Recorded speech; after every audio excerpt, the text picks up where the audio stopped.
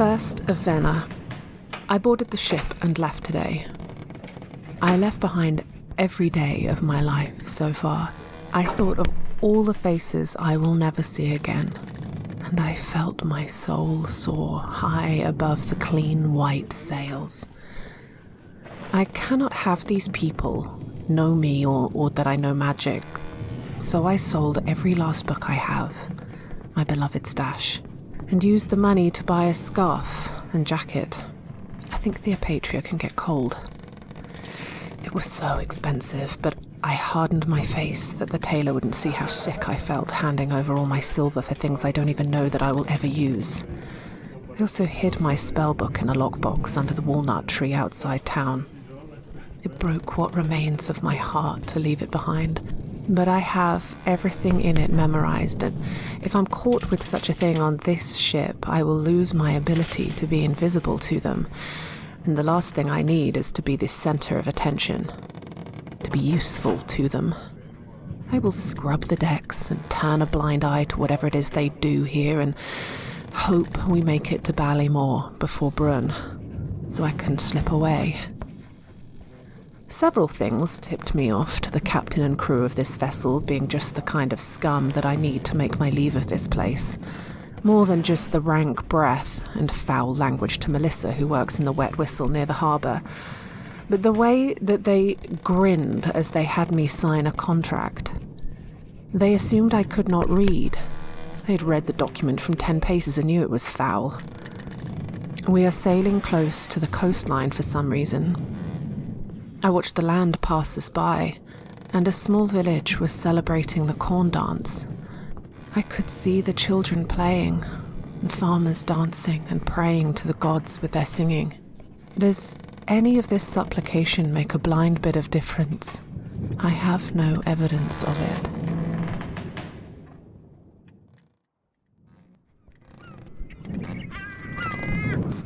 Tenth of Vena. We caught our first big one today. I'll never forget it. They saw a pod from what must have been a mile away, and everyone seemed to know what they were doing but me. I climbed the first sail and pretended to be securing ropes. It gave me a front row seat to the killing of several of these creatures. They did it by throwing harpoons at the smaller ones, knowing it would panic the parents in the pod. They took out all the adults but the largest, then killed the smaller ones, and finally it was us versus the last remaining enormous creature.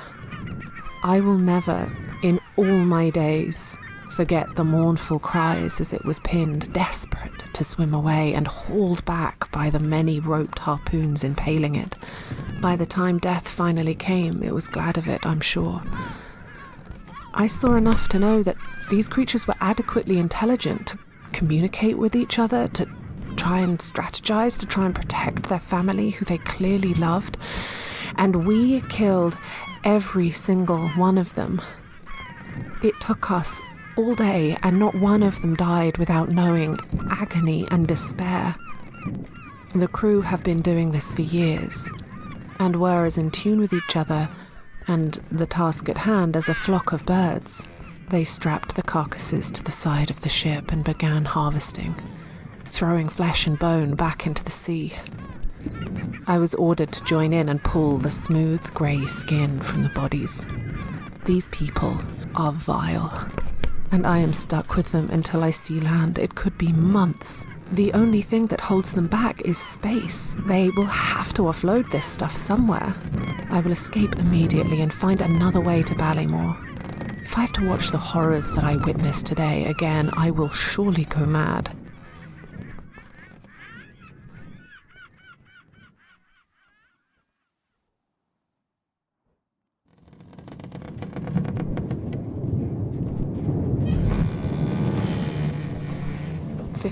of Vena. I've discovered that they meet other ships and go through the laborious task of moving the harvested remains, and it's those ships that go to shore. My heart is broken again. I cannot stow away on a vessel bound for land. They would sail me right back. I signed a work contract for a full year knowing I wouldn't honor it, and now I fear I may be at sea for the full year. Maybe I will never see Calagiolas, and never step foot in their library, or sit quietly in the chapel, or talk with friends in the dining rooms. Maybe I will be a wretched murderer of sea creatures for the rest of my days. I have received a set of lashings 7 times since being aboard ship. The first few were a kind of teaching aid, as my knot tying was not up to scratch. Then I talked back to superiors, and then I had lashings today because I did not take a lashing the way that I should. I believe they talked it through and were disappointed with my lack of crying and begging, their conclusion being that they were being too soft on me. So they attached splinters from broken floorboards to the cat o' nine tails and didn't stop until they'd chipped a good layer from my back. Those fucking idiots have been training a bunch of mummy's boys. If only they knew that their fat hands were not the first to teach me a thing or two. I will not cry mournfully like the sea creatures they kill. I will be as silent as the watery grave they will one day find.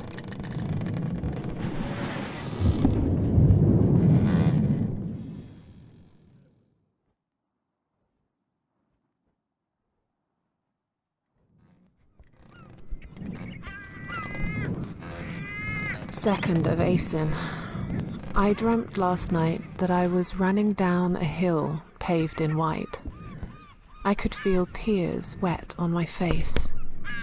I saw tall buildings of white stone and could smell beer and mackerel. As I ran down the slope, I knew I was running towards my death. I knew that at the bottom of the hill lay my end, and I was sprinting towards it. I tripped on something and fell face first into the pale cobbles. The bag I was holding rolled down the hill ahead of me, and I watched a half-eaten chicken thigh disappear down a drain. Somebody came to my aid. They rolled me over and looked into my eyes and pronounced me dead and covered me in a shroud of pale blue. I will live my life having prophetic dreams, and I think I'll go mad if I have to decipher them for myself. I used magic for the first time since leaving home. I made myself invisible, like the old days.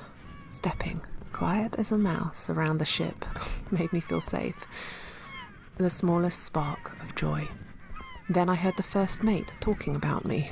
Through these discussions, I have learnt that they won't kill me right away, because they don't want to be short-handed, but that I have not taken to the life, and they cannot risk me letting the authorities know that they are killing things they should not be.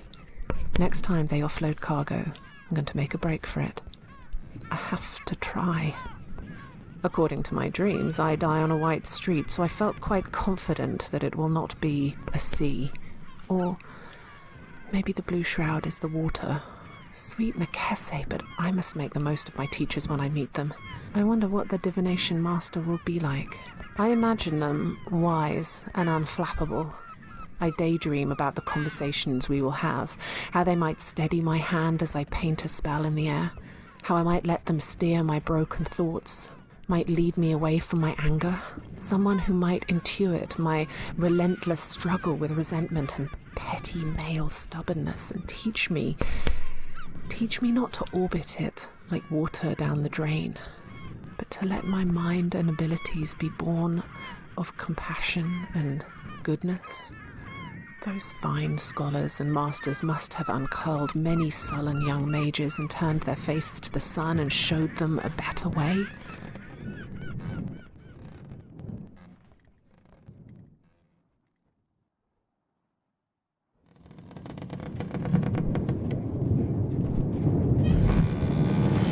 Sixth of Ellison.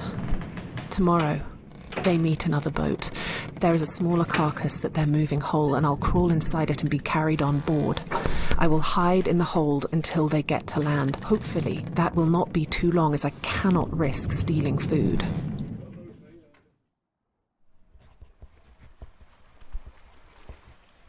10th of Ellison.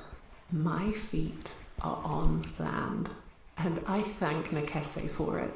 For 2 days, I lay in the cold, dead flesh being stored in the hold. They had some kind of ingenious glyph painted onto the wooden planks in the wall that kept the room cold. I allowed myself some simple magic, a tiny mote of warmth, to stop myself from losing digits to frostbite, and I chipped off some frost to drink so that I wouldn't die of thirst. My downfall came when 2 sailors decided to fuck in the cargo hold. I slipped into invisibility, but as much as I tried to avoid them, they flailed like fish on land, and it was no good. They knew I was there. I ran through the boat and jumped straight off the side of the ship and started swimming madly. All they could see was an unseen disturbance in the water, which they hurled things at, but then they gave up. I don't doubt that even they will put 2 and 2 together about who I am, probably when they talk to my original shipmates again. They may even try and track me down and kill me, but that's a problem for another day. What came next? Well, I am baffled that I'm even here to explain it. I swam. Knowing the ship was going to land gave me an idea of what direction to head in, but I had no idea how long I had to swim for, and I had to keep my eyes to the horizon lest I somehow find the ship again. I swam until I couldn't swim anymore, and then I lay on my back, gasping for breath. The sea was calm, but even a calm sea is not still, and the lapping waves broke across my face and into my nose and mouth. Coughing made it hard to float, so I would have to tread water, but that was tiring, and so this went round and round in circles, and it was nothing but water all around me. Strange thoughts entered my head, and I wanted to write them down. Stupid. The sun set and the moon glittered off the water like city lights. I thought of Arroway Haven that I'd left behind, and its bloody canals, and how, with no money for gondola rides, I would daily dip into the cool water and slip around the city.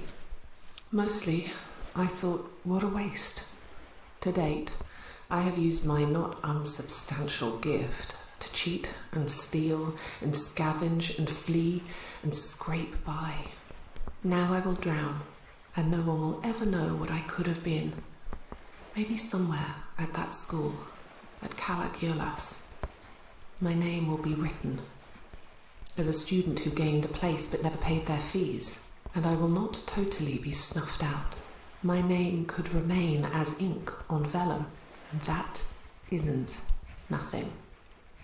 My muscles screamed at me to give up. My lungs spasmed and fought me with every swimming stroke. I cannot tell you how long I kept going for. I'm still convinced that I sank beneath the waves and died, except that my next memory was that of slimy stone beneath my feet, and looking, found a rocky coastline. I'm sleeping in a cave tonight. Tomorrow I'll find a village or a town.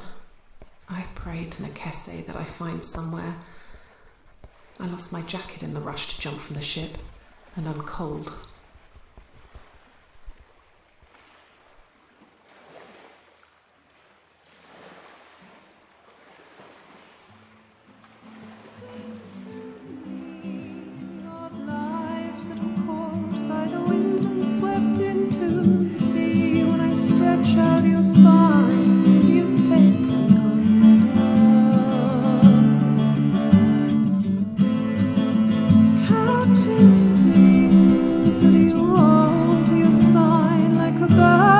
Stole from the wind, ghosts through